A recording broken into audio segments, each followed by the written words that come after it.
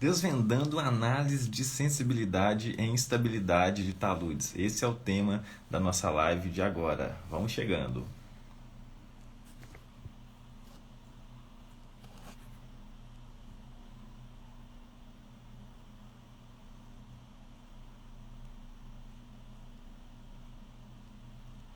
Nossa sexta live de aquecimento para a semana da estabilidade de taludes que começa na próxima segunda-feira.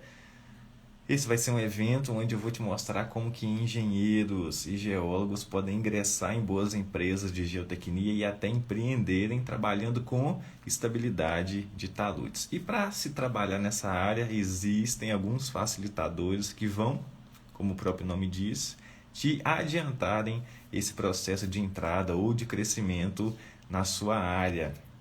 Esses facilitadores são softwares ou conhecimento em softwares de estabilidade de taludes. Por mais que a faculdade possa ter dito que não.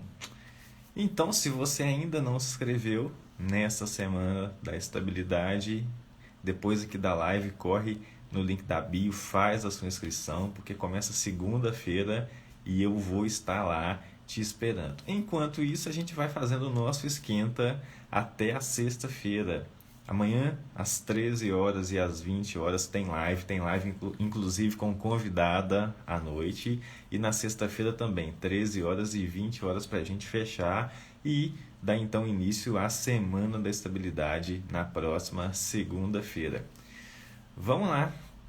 Quem já ouviu falar em análises de sensibilidade, seja aplicadas a barragens, encostas, taludes em geral, contenções, pilhas de estéreo, o que é e o que não é uma análise de sensibilidade, onde usar, onde não usar.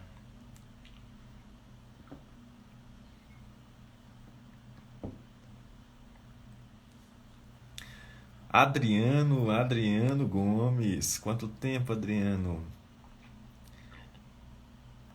Boa noite, Oliveira. Tem a galera da topografia aqui, Vitor, Rafaela, Rafael Henrique, Márcio Carvalho, Alexandre, Cláudio.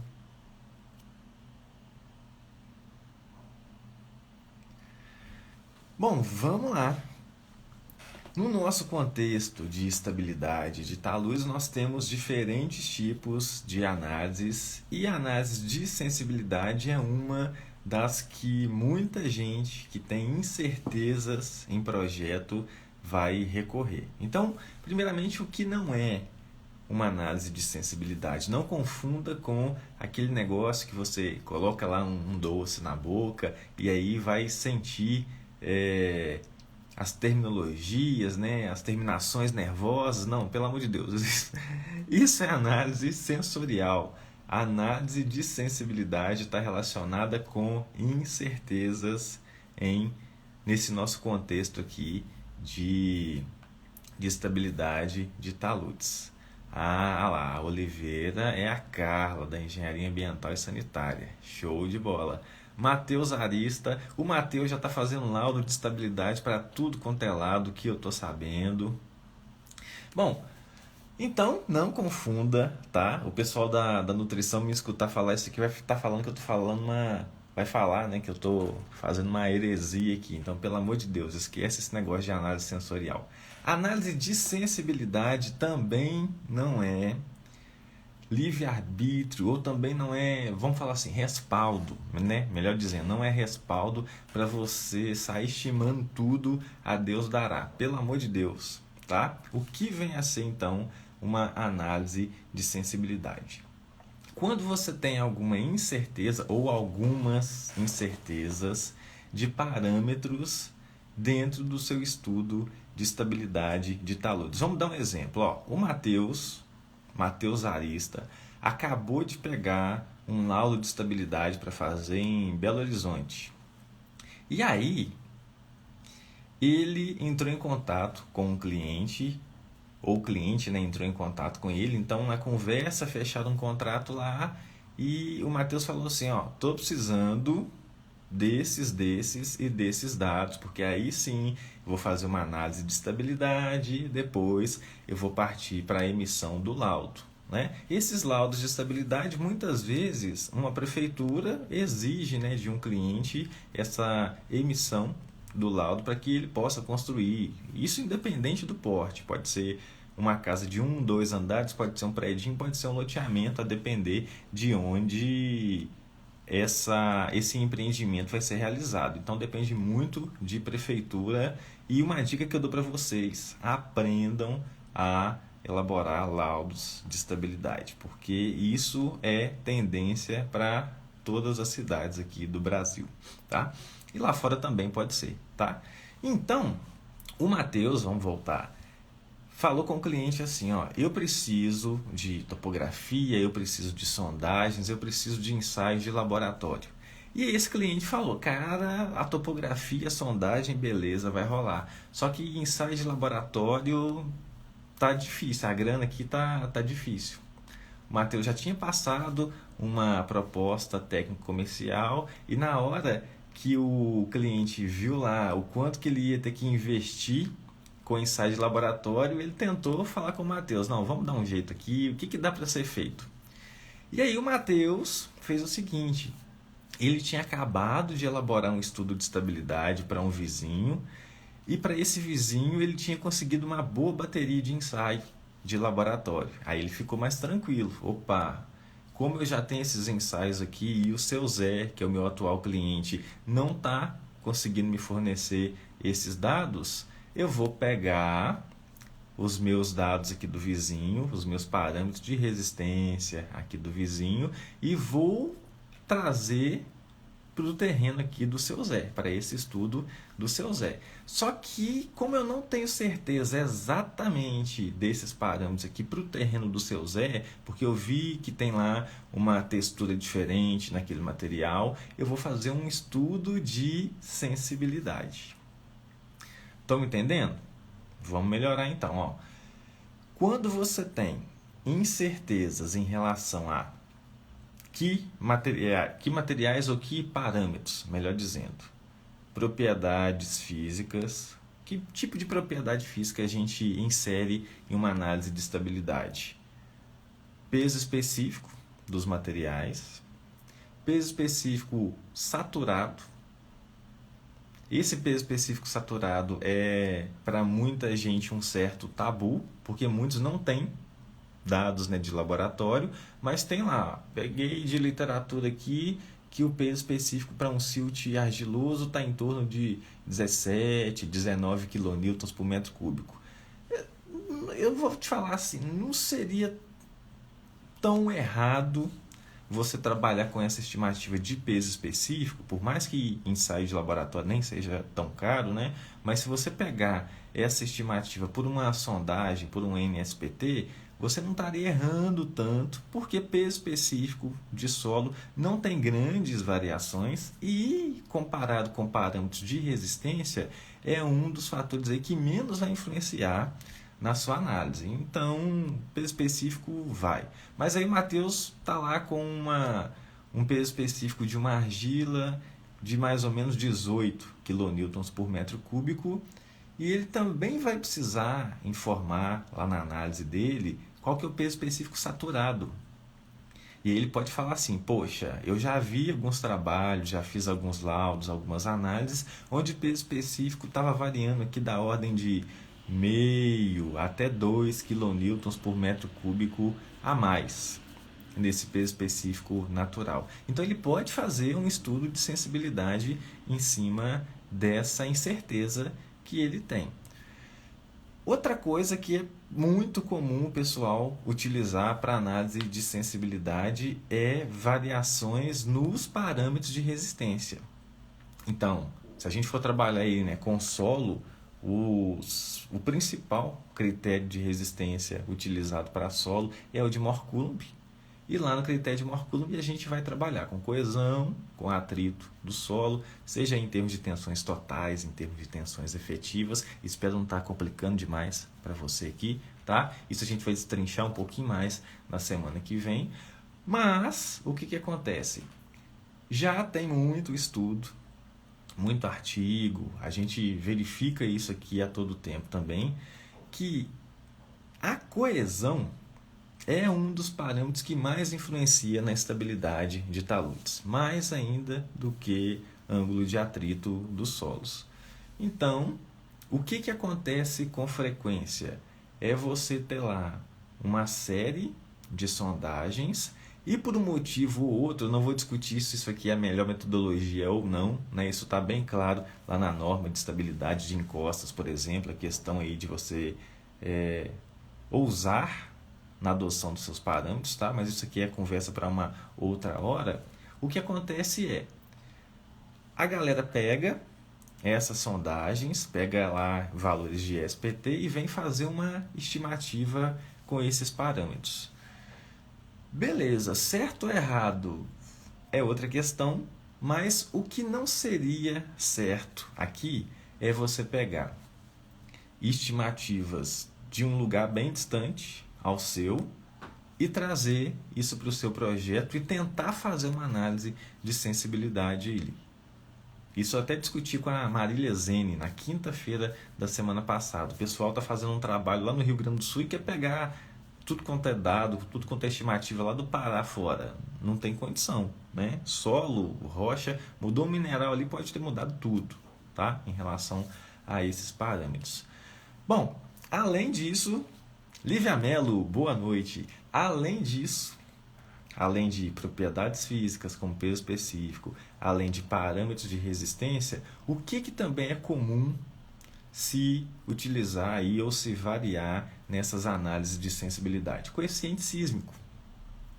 Até pouco tempo a gente não falava em análise pseudoestática, análise sísmica aqui no Brasil. Agora, São Paulo tem região lá que todo dia tem uma tremidinha, né? Ou seja, precisamos trazer análises sísmicas para as nossas análises, para os nossos contextos, principalmente na mineração.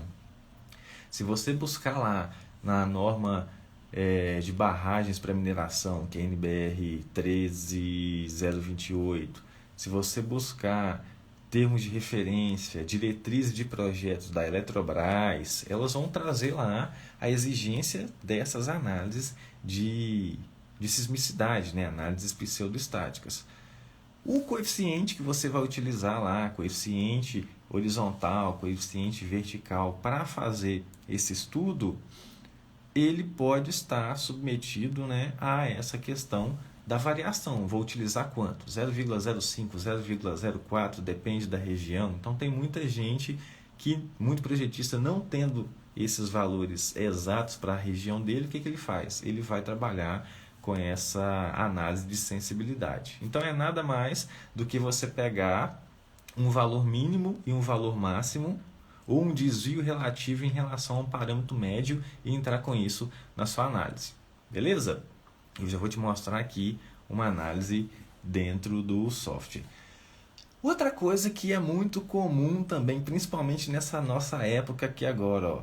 Eu não acredito, né? Não sei se o Brasil todo esteja passando por isso, o Sul já passou bastante, mas aqui na zona da Mata Mineira a gente está sofrendo muito com chuva e deslizamento. E aí o que vai acontecer?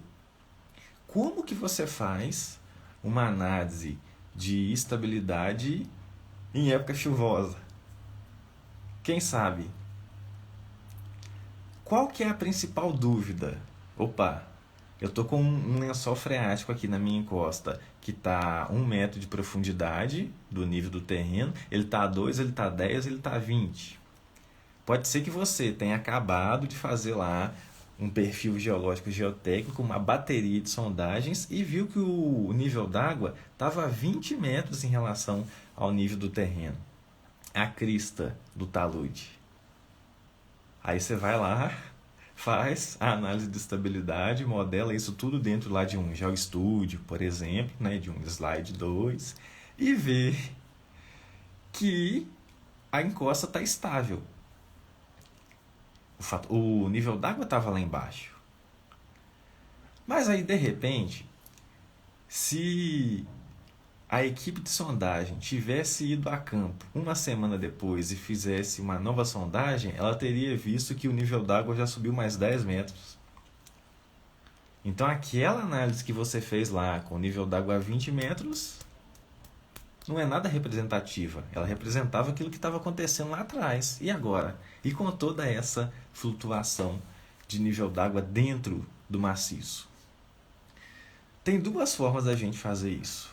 A mais correta, né, é você ter, de fato, qual é essa variação do nível d'água. Como é que você consegue isso? Com um dado hidrológico, né, estudo hidrológico aí, um ano hidrológico, e verificar se aquela chuva que está acontecendo na sua época da análise condiz com os seus estudos aí hidrológicos, né, com todo o seu histórico.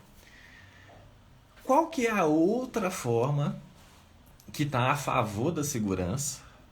E é isso que você, como engenheiro, seja civil, de Minas, ambiental, engenheiro geólogo, ou seja mesmo um geólogo que trabalha com estabilidade de taludes, precisa levar em consideração eu não sei qual vai ser o nível d'água no último dia de chuva dessa minha região e não sei como que vai variar esse mesmo nível d'água depois de 3 meses que as chuvas cessaram. Pode acontecer que durante todo um período chuvoso, 2 meses chovendo direto lá, uma encosta fique lá perfeita, linda, maravilhosa. 1 mês depois ela rompe,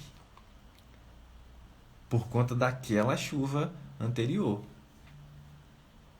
E como é que você controla isso? Uma análise de sensibilidade e também um estudo de percolação que vai considerar como que a água vai infiltrar por aquele solo e vai escoar, vai criar uma percolação ali dentro, é o mais indicado. Então, nesse estudo de sensibilidade, o que a gente faz? Você entra lá no software, é impossível, tá? Eu nunca vi ninguém fazendo isso à mão, mas você entra em um software e fala o seguinte: software, gera para mim a variação do fator de segurança quando o nível d'água estiver aqui, ó, a 20 metros de profundidade e quando ele estiver ali a 2 metros, por exemplo, que é o que você tem aí de dado histórico, né, de monitoramento do seu nível d'água. Tendo ou não tendo, você tem que colocar aí uma boa margem de erro.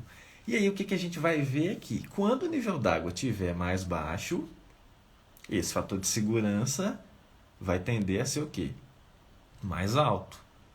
Porque o nível d'água, o lençol freático, ele vai simplesmente delimitar para a gente ali a região não saturada da região onde você tem o quê? Poropressão, onde você tem ali os poros, teoricamente, né, 100% saturados, e isso vai te gerar uma poropressão. Aumento a poropressão no meu maciço, o que acontece com a tensão efetiva? Conceito básico aí de mecânica dos solos, né, para quem é da área. A tensão efetiva diminui e a resistência ao cisalhamento do solo diminui. Ou seja, você tem também uma redução no fator de segurança. E aí? Se o nível d'água está mais alto, você tem uma maior região submetida à poropressão. Com isso, esse fator de segurança vai tender a cair. Beleza? Quando fazer ou quando não fazer estudo de sensibilidade, já vamos comentar um pouquinho mais sobre isso.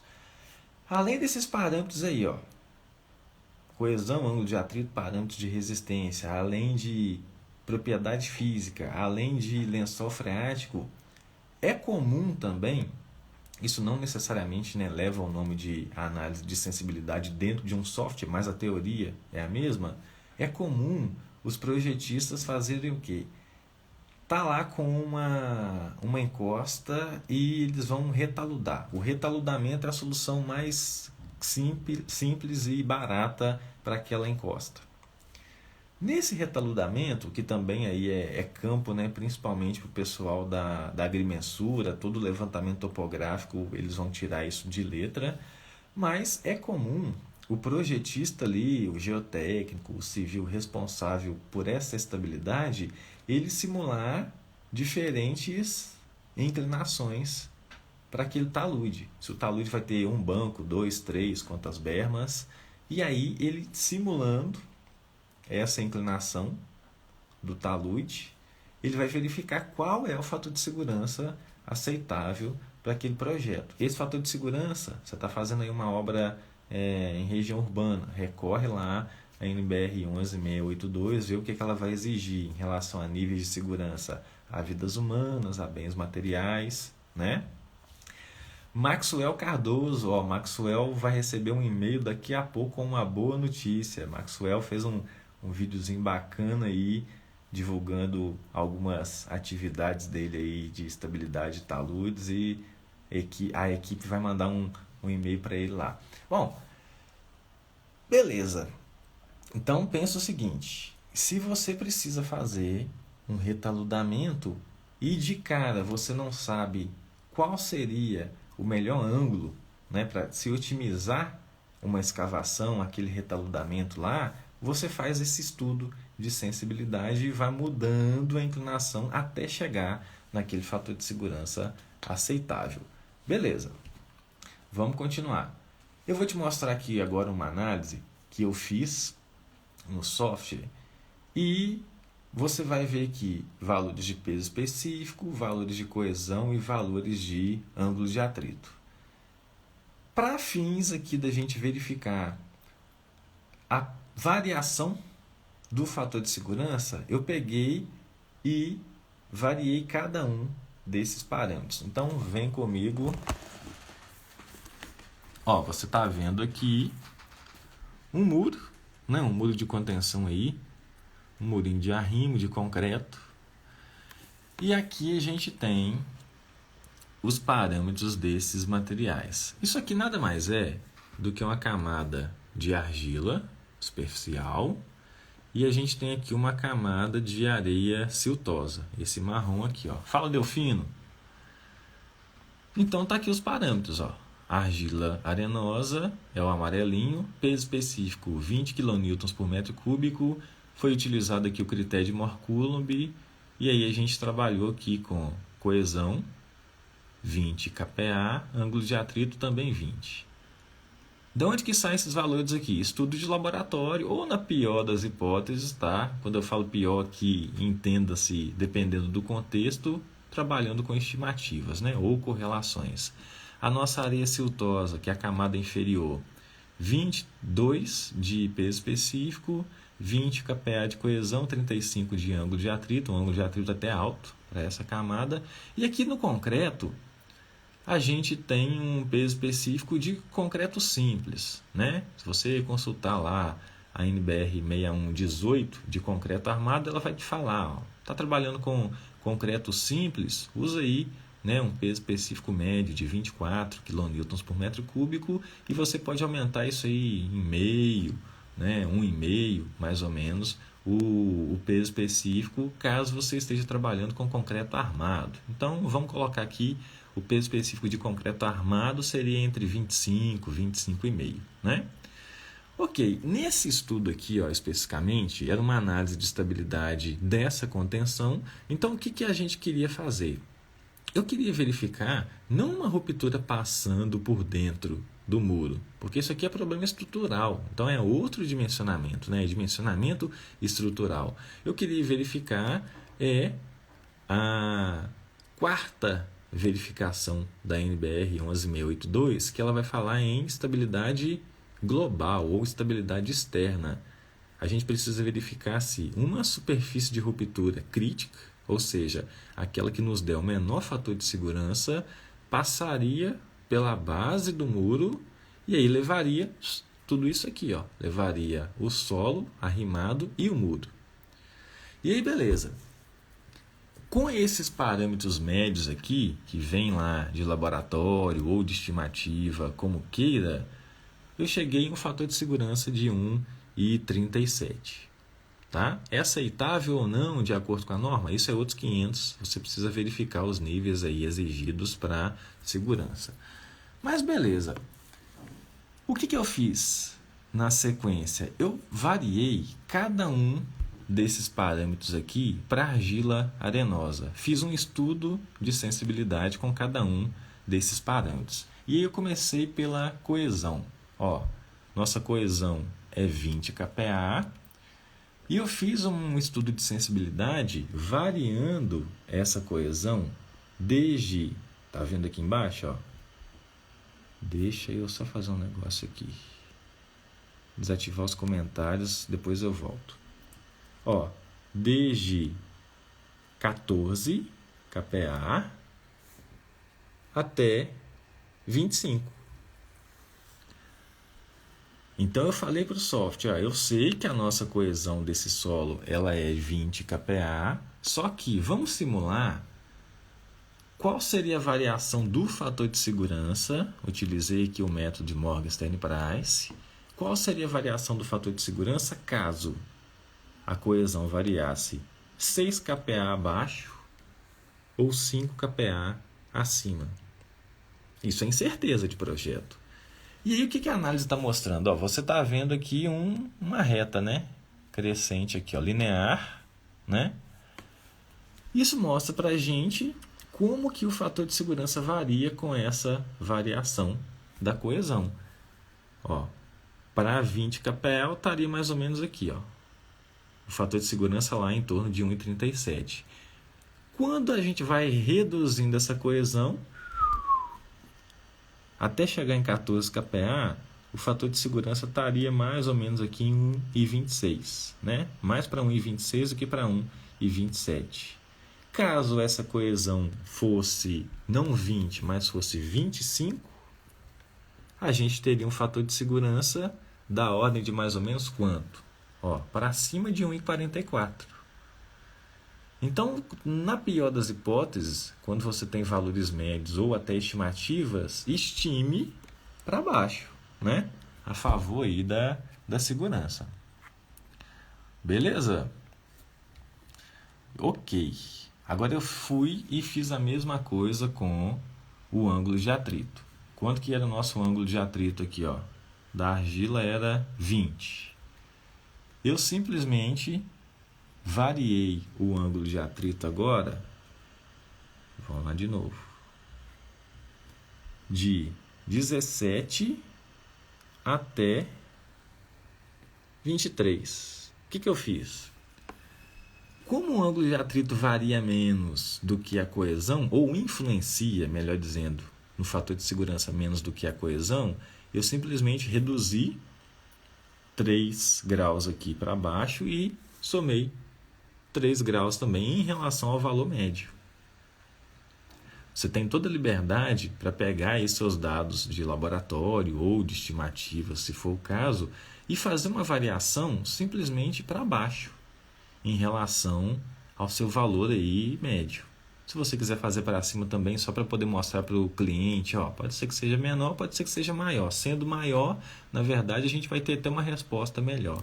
E aqui a gente vê então, ó, qual que é a variação desse fator de segurança, né? Variando mais ou menos aqui de 1,26 até aproximadamente 1,44. E por fim, olha que bacana agora, eu fiz essa terceira verificação com o peso específico. Quanto que era lá o nosso peso específico? 20. Então, o que eu fiz? Variei o peso específico de 18 até 22. Pô, cliente, por que você está variando só 2 kN por metro cúbico, para baixo ou para cima? Porque peso específico é o que menos vai variar aí em relação à incerteza com coesão, com ângulo de atrito, tá? E olha que bacana, ó. Você está vendo aqui que tanto o gráfico para coesão quanto para ângulo de atrito ele é ascendente. Agora, para peso específico, o que acontece? Essa aqui eu vou jogar para vocês. Vou ver se vocês estão ligados. Por que quando eu aumento a coesão, quando eu aumento o ângulo de atrito, o fator de segurança também aumenta, mas quando eu aumento o peso específico, o fator de segurança cai? Manda. Qual é a resposta? Tem engenheiro aí? Tem geólogo que já mexe com estabilidade? Essa tá fácil, fala a verdade. Isso aqui é conceito fundamental aí de mecânica dos solos. Aumentei os parâmetros de resistência, coesão, atrito, o fator de segurança aumenta. Por que aumentando o peso específico, o fator de segurança cai?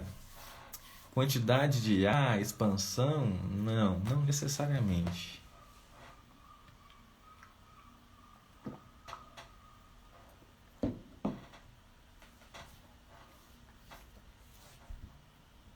Fala, Gabriel.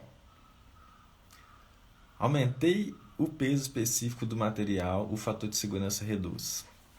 Simples, quando você vai pegar lá, ó, aquela equaçãozinha de fator de segurança que a gente vê lá de estabilidade, ela basicamente está relacionada com o quê? Com resistência ao cisalhamento sobre as tensões atuantes. Então, se você for pensar em questões aí de uma encosta, né, um talude em geral, quanto...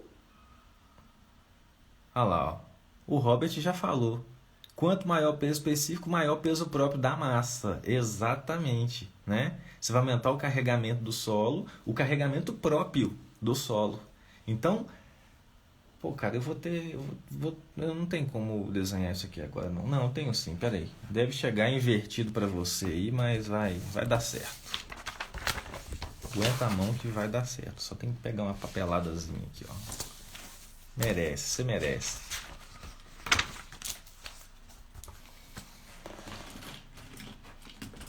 Se é para fazer, vamos fazer direito.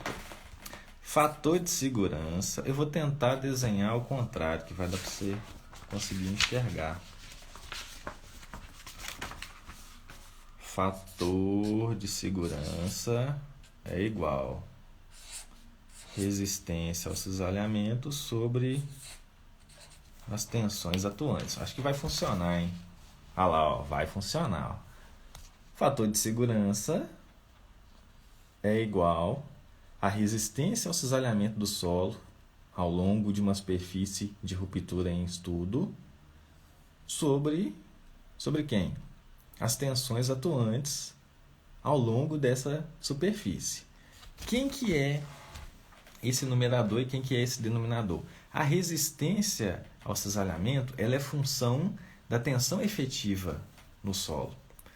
E as tensões atuantes aqui são função das tensões totais. Ou seja, essa tensão total é considerando a água. Então, quanto mais água tiver no solo, maior a poropressão, menor é a tensão efetiva, o fator de segurança despenca. E em relação a essa densidade do material ou a esse peso específico, quanto maior o peso específico, mais denso é aquela massa acima da possível superfície de ruptura. Então, se você tem mais peso, como o Robert falou, qual que é a tendência? O fator de segurança ele vai reduzir, porque esse peso está contribuindo principalmente no numerador dessa equação. Beleza? Aí, ó, aulinha de mecânica dos solos clássica aí, ó. Para quem não lembra muito mais disso desde a graduação, tá na hora.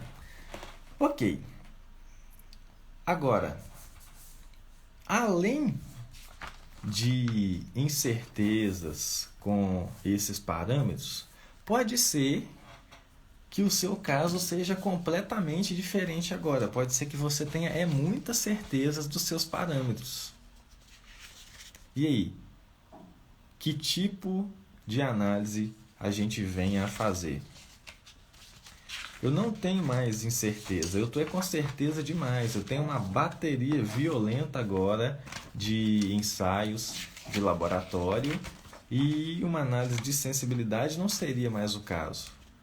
Se você tem uma boa amostragem de campo, né, uma boa bateria de ensaios, você pode fazer, isso ainda não está exigido em norma, mas você pode fazer uma análise probabilística. E aí o buraco é um pouquinho mais embaixo, porque você vai começar a trabalhar com dados estatísticos. Então, se enquanto na análise de sensibilidade você tem mais incerteza, na análise probabilística você tem mais base de dados. Lembra de estatística? Você deve ter visto estatística aí, sei lá, no seu terceiro, quarto período de engenharia civil. Não sei se a geologia também chega a fazer. Engenharia de Minas eu sei que faz, ambiental eu sei que faz.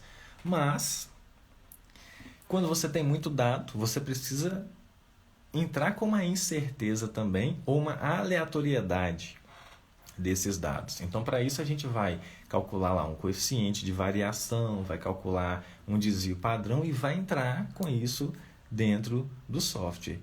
Qual que é a principal vantagem de uma análise probabilística? E isso já tem sido muito estudado lá e aplicado para barragens.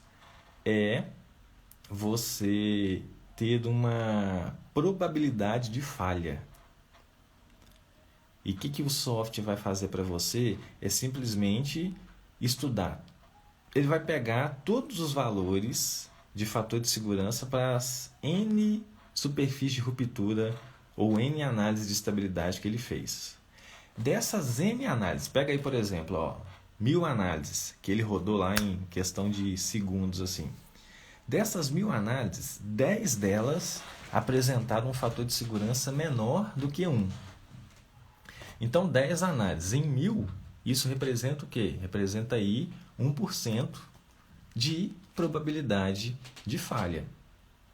Esses dados, essa estatística, a análise de sensibilidade não te dá. Isso é coisa de uma análise probabilística. E, além disso, ela vai te apresentar também um fator de segurança determinístico, que é feito com parâmetros médios, aqueles que você inseriu no software. Vai te apresentar também índices de confiabilidade da sua análise, mas observa que o nível de detalhamento, né, a riqueza de detalhe aqui, ela é completamente diferente do que uma simples incerteza de projeto que você vai tentar matar com análises de sensibilidade. Beleza? Bom, onde que as pessoas mais erram nesse tipo de análise? Análise de sensibilidade. Muitos vão estimar parâmetros de resistência e o que eles fazem? Buscam estimativas que são de locais completamente diferentes do local de estudo. Né? Aquilo que eu comecei a live falando. Você vai estimar, beleza, mas tenta pegar a estimativa o mais local possível. É o Matheus Arista lá que estava com o cliente do lado e ele já tinha alguns dados do vizinho. Então ele correu e aproveitou esses dados. Beleza? O que essa turma faz? Pegar esses dados de outras regiões, você não está reduzindo uma incerteza. Você está reduzindo uma incerteza que no final das contas você nem sabe se ela é uma incerteza ou não. Porque vamos supor que você tem lá uma coesão do seu material mais ou menos aí entre 20 e 18 kPa, só que as suas incertezas, você está pegando um artigo da internet que fala que para aquele solo do seu problema, a coesão está variando de 30 a 35. E aí você vai fazendo estudo de sensibilidade ali com dados que estão totalmente diferentes daqueles do seu projeto. Deu para entender? Manda um joinha aí para mim.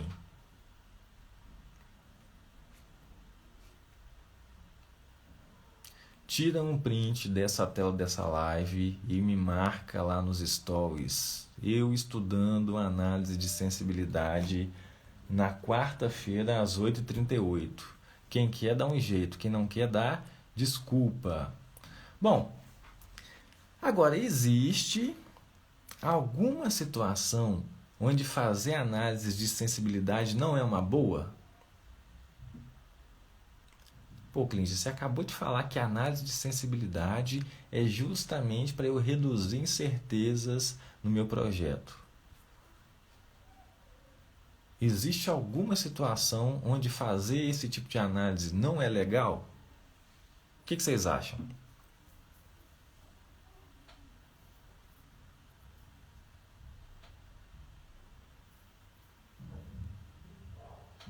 O que vocês acham?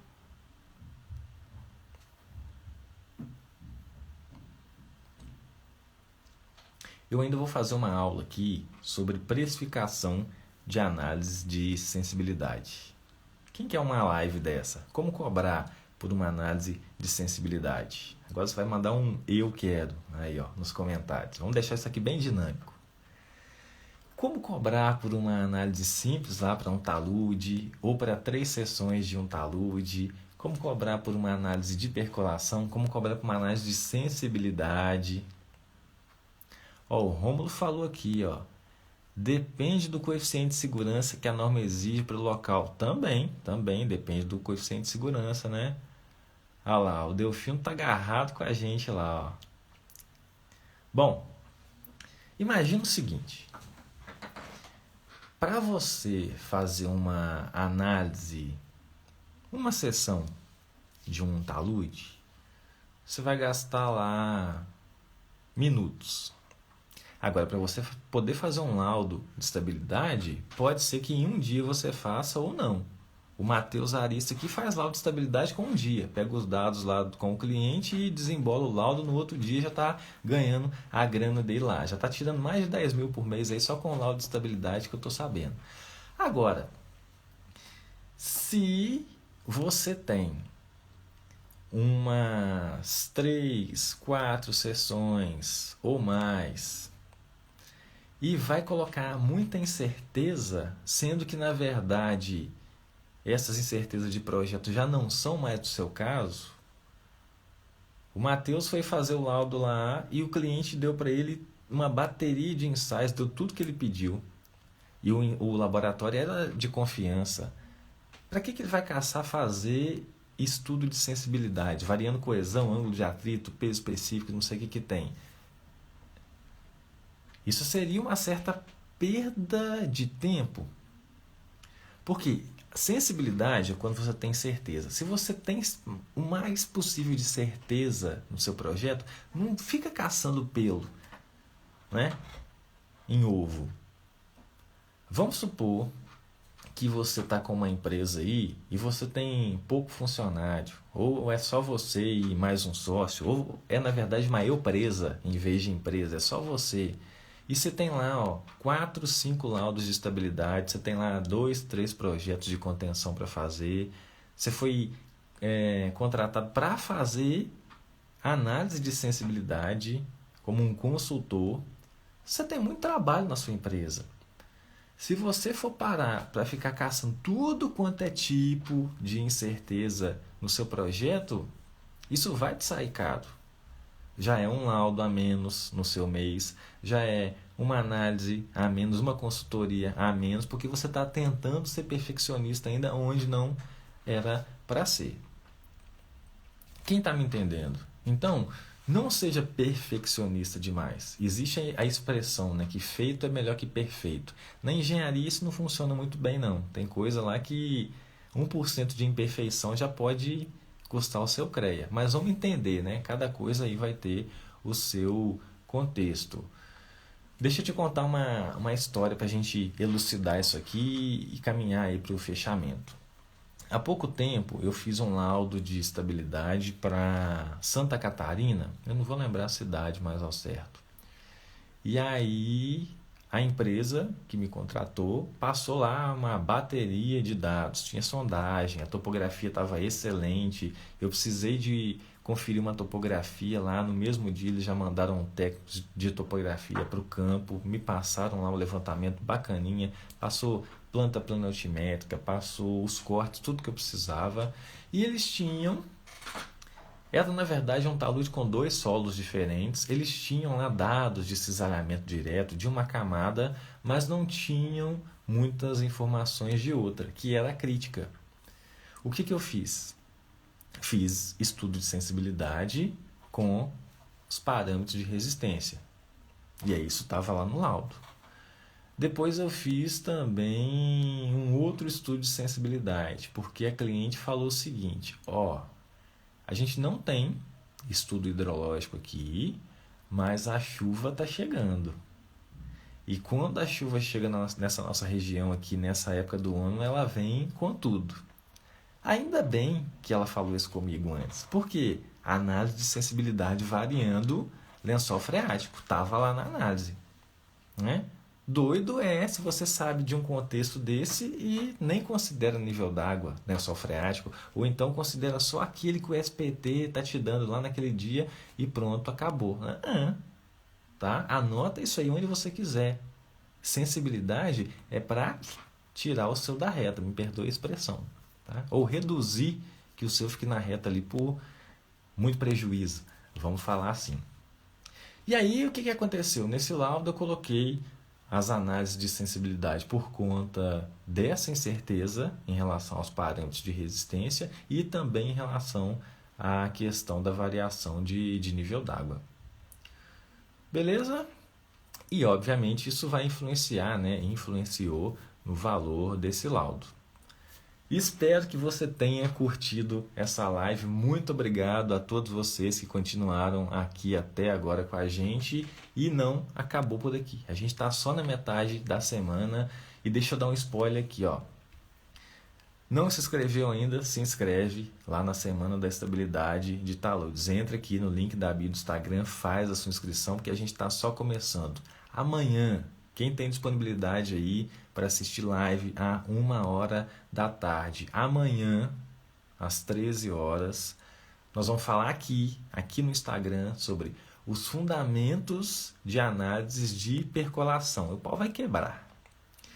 Às 8 horas, eu vou chamar uma convidada muito especial, uma ex-aluna minha, hoje é colega de trabalho, para a gente discutir sobre o primeiro ano no mercado de engenheiros, ou no caso, engenheira no mercado de geotecnia. E ela vai contar as experiências dela, vai falar como que ela saiu daqui de Minas e foi parar lá na Paraíba para trabalhar com geotecnia. E na sexta-feira nós vamos fechar essa bateria de lives aqui e já preparar o caminho para segunda-feira às 8 horas da noite com a primeira aula da Semana da Estabilidade. Na sexta-feira, às 8 horas, perdão, à 1h da tarde, eu vou trazer para vocês 3 passos para se aprender a usar softwares de estabilidade de taludes. Tudo que a gente viu aqui, a análise de sensibilidade, é para você já extrair o suprassumo ali de um resultado. Agora, como aprender a usar o software? O que você precisa? Tem que ter um conhecimento prévio. Se tem uma coisa que eu mais bato na tecla aqui é de piloto de software, o mercado aí já está cheio. Tá? Então, se você não trabalha necessariamente com análise de estabilidade, mas a sua empresa mexe com isso, e você vai contratar alguém para fazer, para ficar responsável por esses estudos, sai fora do piloto de software, tá? O mercado está lotado. E à noite, na sexta-feira, para a gente fechar com chave de ouro, nós vamos falar sobre como você pode faturar com estabilidade de taludes e usando aí esses facilitadores, que são esses softwares. Já dando um spoiler que nós vamos falar sobre a tendência em função aí das chuvas, que é aquilo que o Matheus Arista mais está ganhando dinheiro, está enchendo do boró agora, que são laudos. E vamos falar também de outras formas que você pode atuar no ramo de estabilidade de taludes e tendo aí os softwares como facilitadores. Beijo nas crianças, muito obrigado pela sua participação. Nos vemos amanhã. E não acabou, tá só começando. Valeu, aquele abraço.